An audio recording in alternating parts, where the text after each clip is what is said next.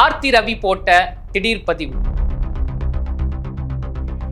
நடிகர் ரவிமோகனுக்கு இஎம்ஐ பிரச்சனையா? மீண்டும் சிக்கலில் சிக்கிய ரவிமோகன் அவர்கள்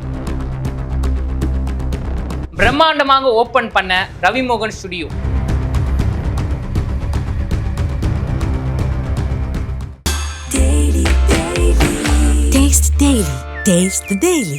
அறுவை சிகிச்சையில் கத்தை என்பது வரலாறு, ரோபோட்டிக் சர்ஜரி என்பது இன்றைய கூறு. தங்கம் புற்றுநோய் சிகிச்சை மையம், நாமக்கல் மற்றும் கான்பூர். கிங் டிவி நேயர்கள் அனைவருக்கும் வணக்கம். நடிகர் ரவிமோகன் இவர் கொஞ்ச காலத்துக்கு முன்னாடிலாம் வளர்ந்து வரும் நடிகர் அப்படின்னு ஒரு கேட்டகரியில இருந்தவர். இன்னும் சொல்ல போனா இவர் வருஷத்துக்கு ஒரு படம் 2 படம் நடிச்சாலும் ஒவ்வொரு படமும் ஒவ்வொரு கேட்டகரியில இருக்குப்பா. உண்மையாவே படத்தோட ஸ்டோரியை செலக்ட் பண்ணி நடிக்கிறதுல ரவிமோகனுக்கு நிகர் ரவிமோகன் தான் அப்படின்னு ஃபேன்ஸ் மத்தியில பேச்சுவார்த்தைலாம் போயிருந்தது. ஆனா இப்போ கொஞ்ச காலமாவே ரவிமோகன் அப்படின்னு சொன்னாலே இப்போ அவரே பல பிரச்சனைகள் இருக்காருப்பா, ஒவ்வொரு நாளும் அவரை பத்தி சர்ச்சை வந்துட்டு தான் இருக்கு அப்படின்னு இப்போ கொஞ்ச காலமா அவர் பல பிரச்சனைகளை மாட்டிட்டு இருக்காரு. இப்போ கொஞ்ச காலமா அந்த பிரச்சனையில அவர் விடுபட்டாரு அப்படின்னு சொல்லியிருக்கும் போது தான் இப்போ திடீர்னு ஒரு பிரச்சனை அவருக்கு வந்திருக்கு. என்னன்னு பார்த்தா, அவர் ஆசாசியா பார்த்து கட்டின சொகுசு பங்களா தான் ஆர்வி பங்களா. இது ஈச்சம்பக்கத்துல இருக்கு. அந்த பங்களா எங்களுக்கு வேணும் அப்படின்னு ஒரு ப்ரொடக்ஷன் கம்பெனியும், அந்த பங்களா எங்களுக்கு தான் வேணும் அப்படின்னு ஒரு பிரைவேட் பேங்க்கும் கோர்ட்ல கேஸ் போட்டிருக்காங்க. சரி, எதுக்காக இந்த கேஸ் போட்டிருக்காங்க அப்படின்னு பார்த்தா, நடிகர் ரவிமோகன் அவர்கள் 2024 செப்டம்பர் 15 அன்னைக்கு நான் உங்களுக்கு 2 படம் நடிச்சு கொடுக்குறேன் அப்படின்னு பாபி டச் கோல்ட் யூனிவர்ஸ் அந்த ப்ரொடக்ஷன் கம்பெனிக்கு ஒரு ஒப்பந்தம் போடுறாரு.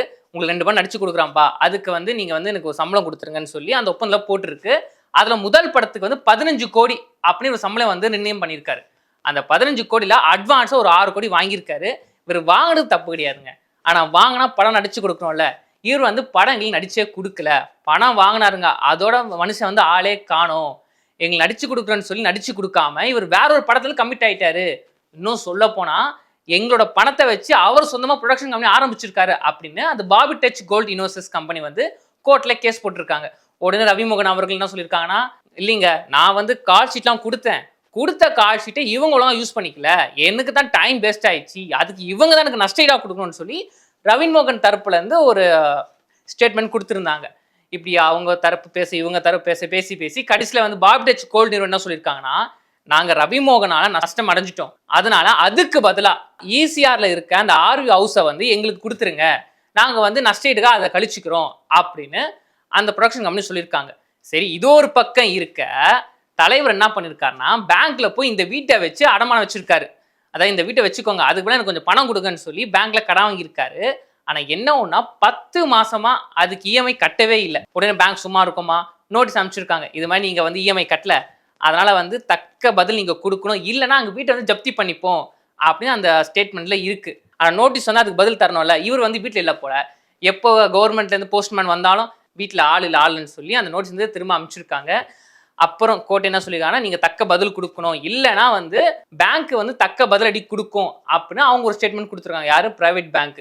சரி, இதெல்லாம் ஒரு பிரச்சனைப்பா, இவ்வளோ பிரச்சனை இருக்கு. அப்போ ரவிமோகன் என்னப்பா சொல்றான்னு பார்த்தா, அவர் ஜாலியாக கெனிஷாவை கூட்டிட்டு கோயிலுக்கு போயிட்டு இருக்காரு அப்படிதான் சொல்லி ஆகணும்.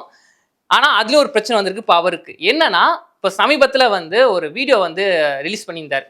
யாரா? ரவிமோகன் அவர்கள் கெனிஷா அவரோட பெண் தோழியை கூட்டிட்டு திருப்பதி கோயிலுக்கு போயிருக்காரு. அங்க போய் சாமி தரிசனம்லாம் பண்ணியிருக்காரு. பண்ணி அது ஒரு வீடியோவா போட்டிருக்காரு சோஷியல் மீடியால. இப்போ அது வைரல் ஆகி செம்ம ட்ரெண்டிங்கா போயிட்டு இருக்கு. இப்போ இதை பார்த்துட்டு இருக்க மக்கள் என்ன சொல்றாங்கன்னா, ஏற்கனவே ரவிமோகனுக்கும் ஆர்த்தி ரவிக்கும் கருத்து வேறுபாடு இருந்துச்சு. அந்த கருத்து வேறுபாடு தான் டைவர்ஸா போச்சு. ஆனா அதுலயே ஆர்த்தி ரவி சொன்னாங்க, என்னோட அனுமதி இல்லாமையே எங்களோட டைவர்ஸ் பிரச்சனையை இவர் சோஷியல் மீடியால சொல்லியிருக்காரு, அதுவே தப்பு, எனக்கு அது உடன்பாடே கிடையாது அப்படின்னு சொன்னவர் தான் ஆர்த்தி ரவி அவங்க. அதுக்கப்புறம் கருத்து வேறுபாடு முற்றி போய் இப்போ அந்த கேஸ் கோர்ட்ல இருக்க நம்ம எல்லாருக்குமே தெரியும். ஆனா இதுக்கு மிக முக்கிய காரணமா இருந்தவங்க கெனிஷா அவங்க தான். ஆனா அதுக்கு ரவிமோகன் அவர்கள் என்ன சொல்லியிருக்காங்கன்னா, கெனிஷாவே என்னோட தோழி தான், அவங்க என்னோட ஃப்ரெண்டா தான் நான் பார்க்குறேன் அப்படின்னு அவங்க சொல்லியிருந்தாங்க. எப்படியும் அந்த பிரச்சனை அப்படி போய் இப்போ அந்த கேஸ் கோர்ட்ல இருக்குது.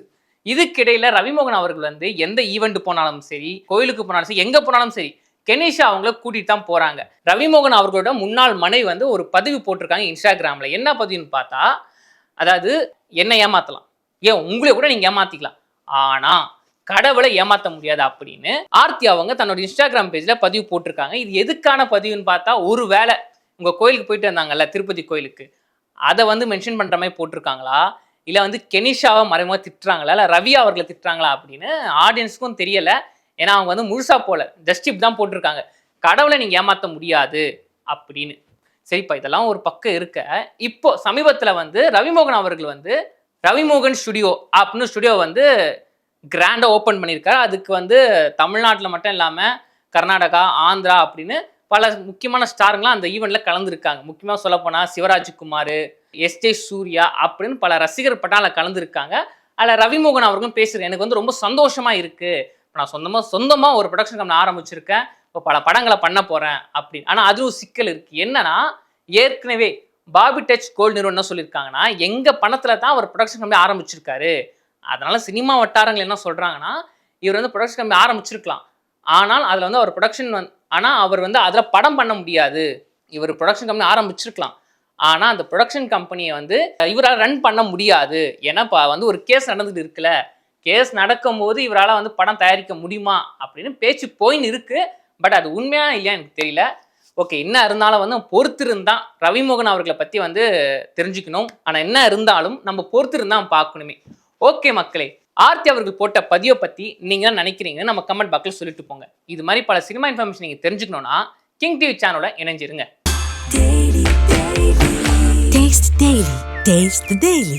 அறுவை சிகிச்சையில் கத்தை என்பது வரலாறு, ரோபோட்டிக் சர்ஜரி என்பது இன்றைய கூறு. தங்கம் புற்றுநோய் சிகிச்சை மையம், நாமக்கல் மற்றும் கான்பூர்.